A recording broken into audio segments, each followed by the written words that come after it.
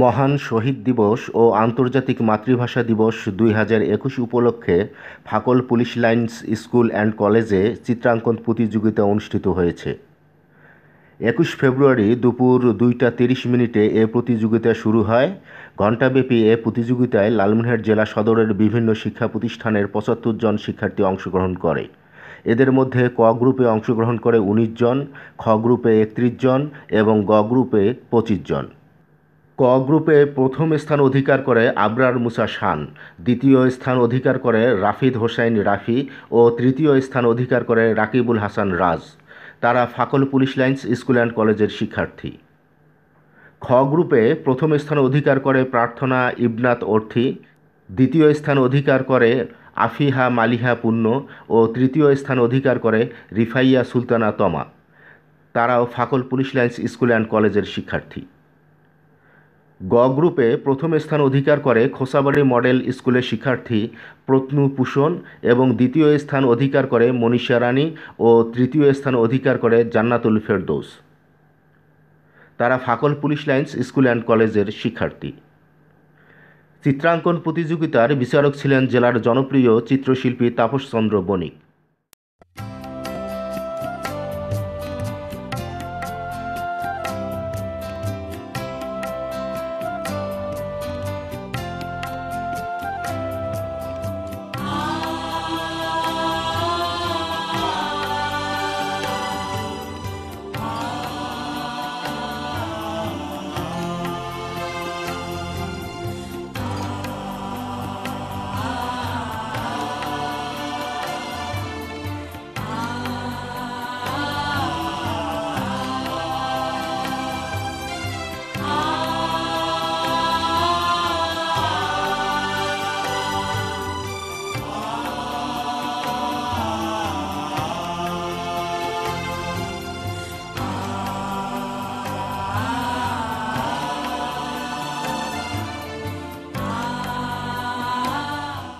ফাকল police lines school and কলেজের অধ্যক্ষ এবং অতিরিক্ত পুলিশ সুপার অর্থ ও প্রশাসন মোহাম্মদ রবিউল ইসলামের সভাপতিত্বে আয়োজিত পুরস্কার বিতরণী অনুষ্ঠানে প্রধান অতিথি হিসেবে উপস্থিত ছিলেন লালমনিরহাট পুলিশ সুপার ও ফাকল পুলিশ লাইনস স্কুল অ্যান্ড কলেজের সভাপতি আবিদা সুলতানা পিপিএম।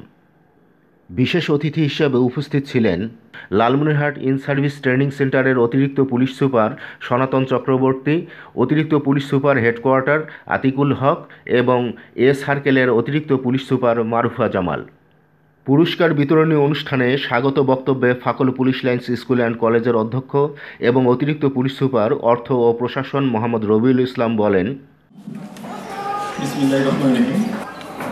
আজকে আন্তর্জাতিক মাতৃভাষা দিবস উপলক্ষে আয়োজিত চিত্রাঙ্কন প্রতিযোগিতায় উপস্থিত আছেন আমাদের মানবর পুলিশ সুপার জনাব আবিদা সুলতানা পিপিএম স্যার, উপস্থিত আছেন ইন সার্ভিস ট্রেনিং সেন্টারের অতিরিক্ত পুলিশ সুপার সনাতন চক্রবর্তী,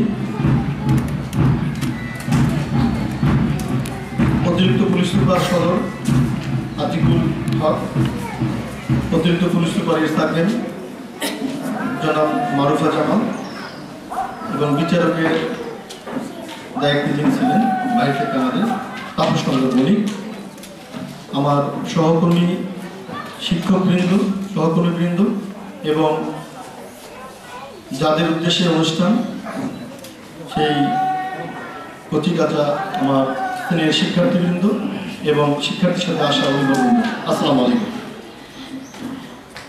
আমরা সকলেই জানি প্রত্যেক মানুষের কাছে তিনটা জিনিস খুব প্রিয় বা আরাধ্য: মা, মাতৃভাষা এবং মাতৃভূমি। প্রকৃতিগতভাবেই এগুলো মানুষের প্রাকৃতিক অধিকার। আপনারা জানেন যে পাখি তার কিচিরমিচির শব্দে মায়ের ভাষায় কথা বলে, বনের পশু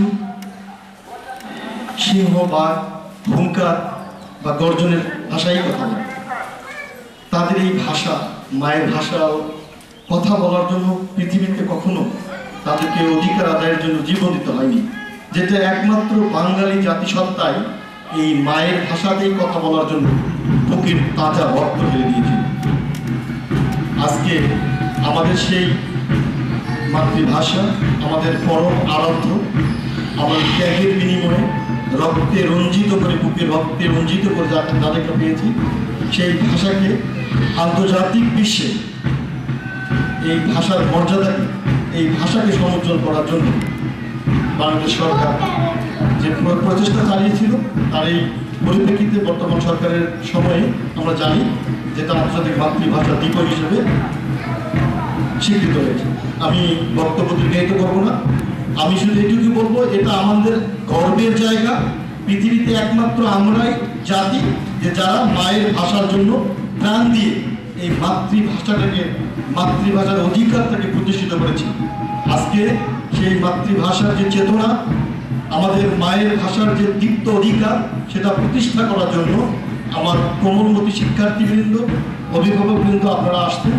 আপনারা সেই মায়ের ভাষার অধিকার চেতনাকে সুদৃঢ় করার জন্য প্রত্যেকটা শিশুর অন্তরে মাতৃভাষার চেতনা, মাতৃভাষার মমত্ববোধকে সুদৃঢ় করার জন্য আজকে চিত্রাঙ্কন প্রতিযোগিতা বিশেষ ভূমিকা পালন করবে, আমি এটা দৃঢ় বিশ্বাস করি। এবং আমাদের এই প্রোগ্রাম আয়োজনের সদয় অনুমতি এবং দিক নির্দেশনা দেওয়ার জন্য আমি মাননীয় পুলিশ সুপার স্যারকে অসংখ্য ধন্যবাদ জানাই, এবং আমাদের স্কুল ও কলেজের পক্ষ থেকে আপনাদের সকলকে অসংখ্য ধন্যবাদ এবং মোবারকবাদ।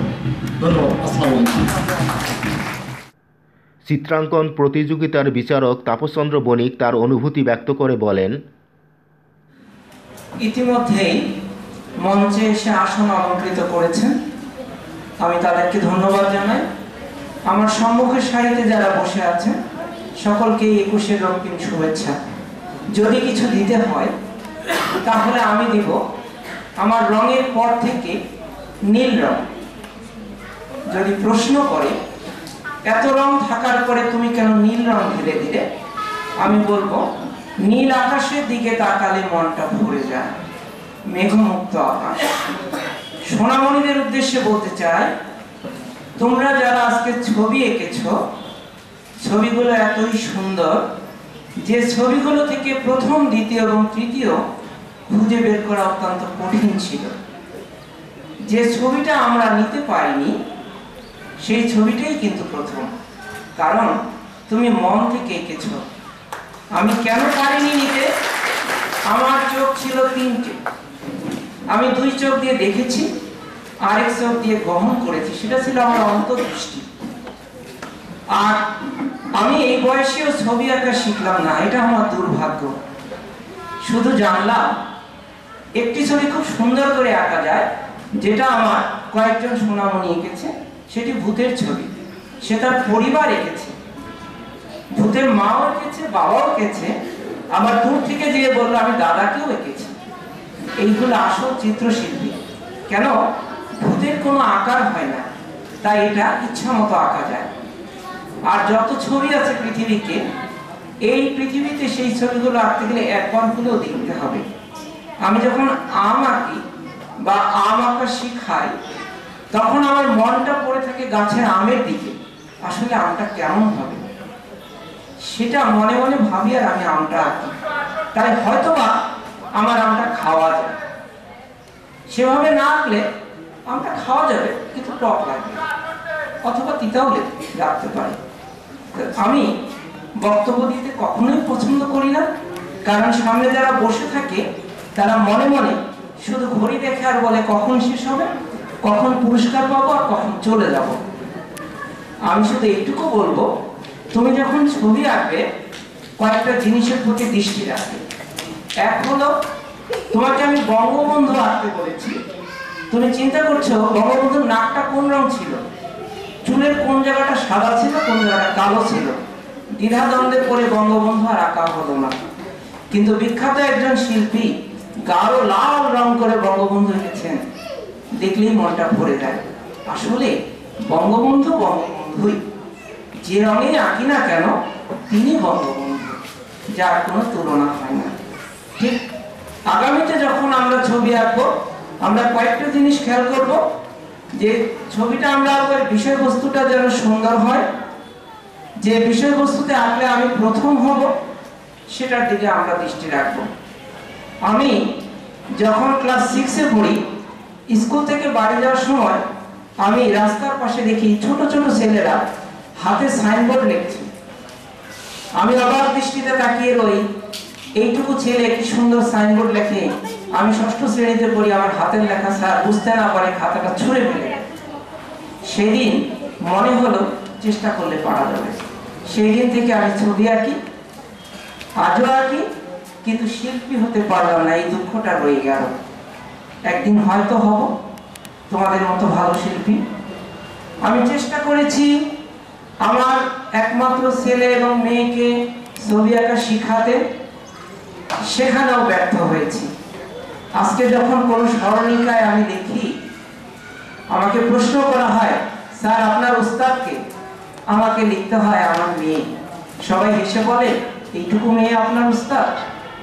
কারণ আমার মেয়ে এত পুরস্কার পেয়েছে যেটা আমি কোনোদিন পাইনি। জীবন্ত ছবি আঁকে। এখন সে রাজশাহী ইউনিভার্সিটি ভেটেরিনারি সায়েন্সে, আর 1 বছর হলেই তার পড়াশোনার কিছুটা এগিয়ে হবে। সকলের দোয়া থাকলে সে এগিয়ে যাবে, আমি সেই আশা রাখি। বেশি কিছু বলবো না, তোমরা মন থেকে আঁকবে, রং করবে মন থেকে, মাধ্যম যেটাই হোক। আঁকার আগে শুধু একবার চিন্তা করবে ছাড়াকে কি বিষয়বস্তু দিয়েছে। একটি ছেলে একটি ড্রাগন এঁকেছে।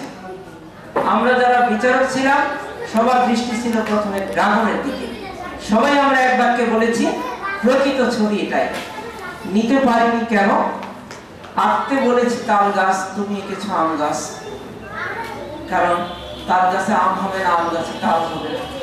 এই জায়গাটা আমি ব্যর্থ। কিন্তু তোমার সার্থকতা, তুমি প্রকৃত একটা ড্রাগন এঁকেছো যেটা আমি পারবো না। ধন্যবাদ তোমাকে। আমার মনের যে পুরস্কারটা তোমাকে দিয়ে গেলাম। আগামী দিনে তুমি অনেক বড় শিল্পী হবে। ধন্যবাদ সকলকে। ধন্যবাদ। আজকে লালমনিরহাট পুলিশ সুপার ও ফাকল পুলিশ লাইন্স স্কুল অ্যান্ড কলেজের সভাপতি আবিদা সুলতানা বিপিএম পিপিএম তার বক্তব্যে বলেন, বিসমিল্লাহির রহমানির রহিম।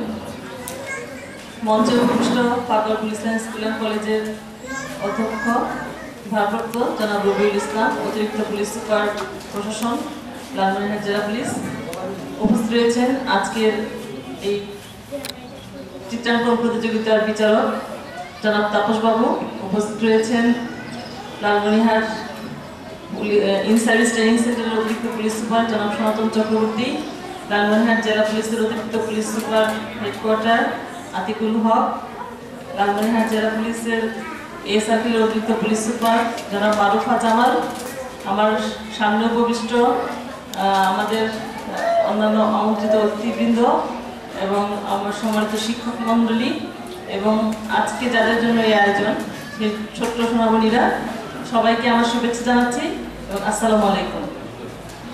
তাপস বাবুর এত সুন্দর চমৎকার বক্তব্যের পর আমার কথা শুনতে নিশ্চয়ই কারো ভালো লাগবে না। উনি সঙ্গতই বলেছেন যে এইসব অনুষ্ঠানে আসলে কথা শুনতে কারো ভালো লাগে না, সবাই অপেক্ষা করে আমি কি ফলাফলটা আমি পেলাম সেটাই পাওয়ার জন্য। তো আমি সেজন্য আজকে বক্তব্য মোটেই দিব না, শুধু 2-4টি কথা, যেহেতু প্রধান অতিথি হিসেবে আজকে উপস্থিত হয়েছি সেজন্য একেবারে না বললেই নয়, তা না হলে আয়োজকরা আবার বলবে যে স্যার কোনো কথাই বললেন না, সেজন্য শুধু বলা। আন্তর্জাতিক মাতৃভাষা দিবস এবং আমাদের এই মহান শহীদ দিবস, এই সম্পর্কে আজকে চমৎকারভাবে আমাদের দুজন শিক্ষার্থী এবং আমাদের শিক্ষিকা উনি বর্ণনা করেছেন এবং আমার বিশ্বাস আমাদের সন্তানেরা এই বিষয়টি জানে। তারা এই শুধু জানলে হবে না, এটাকে অন্তর থেকে হৃদয় দিয়ে অনুধাবন করতে হবে, উপলব্ধি করতে হবে কেন এই দিনটি আমরা উদযাপন করছি, তার পেছনের কারণ কি। এটাকে যদি কারো হৃদয়ে একবার ধারণ কেউ করতে পারে তাহলে সেটি তার সারা জীবন থেকে যাবে। আমার মনে আছে আমাদের ছোটবেলায় আমি যে গ্রামের স্কুলে পড়াশোনা করতাম সেখানে আমাদের এই 21শে ফেব্রুয়ারিকে ঘিরে আয়োজন চলতো অনেক দিন ধরে। সেই স্কুলে যাওয়ার আগে আমরা 2-3 দিন আগে থেকে এ বাড়ি ও বাড়ি এই গ্রামের বিভিন্ন দিকে ঘুরে ঘুরে ফুল সংগ্রহ করতাম। এখনকার মতো এত বেশি ফুল এবং ফুল কিনতে পাওয়া যেত না তখন গ্রামের দিকে। তখন আমরা বাড়ি বাড়ি থেকে লুকিয়ে লুকিয়ে এক বাড়ি থেকে আরেক বাড়ি থেকে ফুল সংগ্রহ করে নিয়ে আসতাম, তারপর মালা গেঁথে স্কুলে যেতাম, সেই স্কুলের যে শহীদ মিনারটি সেখানে ফুল দেওয়ার জন্য। প্রভাত ফেরি হতো আর সবাই খালি পায়ে হেঁটে হেঁটে আমার ভাইয়ের রক্তে রাঙানো 21শে ফেব্রুয়ারি আমি কি ভুলিতে পারি এই গানটি করতাম। এরপর আমাদের অনুষ্ঠান থাকতো, সেখানে আমরা বিভিন্ন প্রতিযোগিতায় অংশ নিতাম, উপস্থিত বক্তব্য, গান, বিভিন্ন কিছু থাকতো, সেটাতে আমরা অংশ নিতাম। তো আমার মনে হয় সেই আমার শিক্ষকবৃন্দ যারা আমার মেধা, মনন এবং আমার চিন্তার মধ্যে যে বীজটি বপন করে দিয়েছিলেন, সেটি আমি ধারণ করি আজও। এখনো সেই অনুভূতিটি সবসময় কাজ করে 21 তারিখকে ঘিরে। তো সেই কারণেই যদিও করোনা, আমাদের আনুষ্ঠানিকভাবে সেরকম আয়োজন করার কথা না, তারপর আমরা সীমিত পরিসরে এই আয়োজনটি করেছি আমাদের সন্তানদের কথা চিন্তা করে। যে আজকে যে সন্তানেরা এখানে বসে ছবিটি আঁকলো, আমার বিশ্বাস তাদের সারা জীবন এটা মনে থাকবে এবং তারা এটাকে উপলব্ধি করবে, এই দিনটিকে তারা বুঝতে পারবে। একটি দিন শুধু একটা উৎসব না, শুধু একটা আয়োজন না, তার পেছনের যে আবেগ, অনুভূতি, সেটা মনে রাখাই হলো সবচেয়ে বেশি প্রয়োজনীয়। আমাদের আজকে যারা আমাদের বিভিন্ন স্কুল, শুধু ফাকল police line school and college না, আমার ধারণা বিভিন্ন এই লালমনিরহাট জেলার অন্যান্য স্কুলের শিক্ষার্থীরাও এখানে অংশ নিয়েছ, তোমাদের জন্য অনেক শুভকামনা থাকলো এবং তোমাদেরকে অগ্রিম অভিনন্দন জানাচ্ছি। আজকে যারা যারা এখানে অংশ নিয়েছে প্রত্যেকেই বিজয়ী, প্রত্যেকের জন্য আমাদের বিচারকবৃন্দ তাদের স্কেল দিয়ে মেপে মেপে বা তাদের ফর্মুলার থিওরিতে যেটা পড়বে সেটা দেখে দেখে ফার্স্ট, সেকেন্ড, থার্ড ওনারা নির্বাচন করবেন, সেটা তাদের বিষয়। কিন্তু আমি মনে করি যারা এখানে এসেছে, যারা এখানে অংশ নিয়েছে, প্রত্যেকেই প্রথম হয়েছে, প্রত্যেকেই বিজয়ী। সেজন্য তোমাদের জন্য আমার অগ্রিম শুভেচ্ছা এবং তোমাদের জন্য ছোট্ট একটা শুভেচ্ছা উপহারও থাকবে আমার পক্ষ থেকে তোমাদের সবার জন্য। আর ভবিষ্যতে আমি চাই তোমাদের যারা বন্ধুরা যারা আসে নাই, তোমরা তাদেরকে বলবে তারা আসবে, এরকম অনুষ্ঠানে অংশ নিবে, এটা তোমাদের জন্য অনেক বড় বিষয়। তাহলে তোমরা সারা জীবন এটাকে ধারণ করতে পারবে। এই আয়োজন যারা সফল করার জন্য কাজ করেছেন, আমাদের ফাকল পুলিশ লাইন স্কুল অ্যান্ড কলেজের শিক্ষকবৃন্দ অনেক পরিশ্রম করেছেন, কষ্ট করেছেন। বিচারক, সম্মানিত বিচারক মণ্ডলী, তারা পরিশ্রম করেছেন, এখানে সময় দিয়েছেন। এবং আমার লালমনিরহাট জেলা পুলিশের সদস্যবৃন্দ, যাদের ছাড়া এই আয়োজন করা অসম্ভব। এই পুলিশ লাইন স্কুল অ্যান্ড কলেজের সকল আয়োজনে তারা পেছনে নেপথ্যে কাজ করে থাকে। তাদের প্রত্যেককে আমি ধন্যবাদ দিচ্ছি এবং অভিনন্দন জানাচ্ছি। আমি আমার কথা আর না বাড়িয়ে সব আমাদের ছোট্ট সোনামণিদের যে আগ্রহ, সেটাকে পূরণ করার জন্য আমি কথা সংক্ষিপ্ত করে এখানে শেষ করছি। সবাইকে আমাকে শোনার জন্য ধন্যবাদ জানাচ্ছি। সবাই ভালো থাকবেন। বাংলাদেশ চিরজীবী হোক। অনুষ্ঠানের শেষ পর্বে বিজয়ীদের হাতে সনদ ও পুরস্কার তুলে দেন লালমনিরহাট পুলিশ সুপার ও ফাকল পুলিশ লাইন্স স্কুল অ্যান্ড কলেজের সভাপতি আবিদা সুলতানা। এ সময় প্রতিযোগিতায় অংশগ্রহণকারী প্রত্যেককে সনদ ও সান্ত্বনা পুরস্কার প্রদান করা হয়।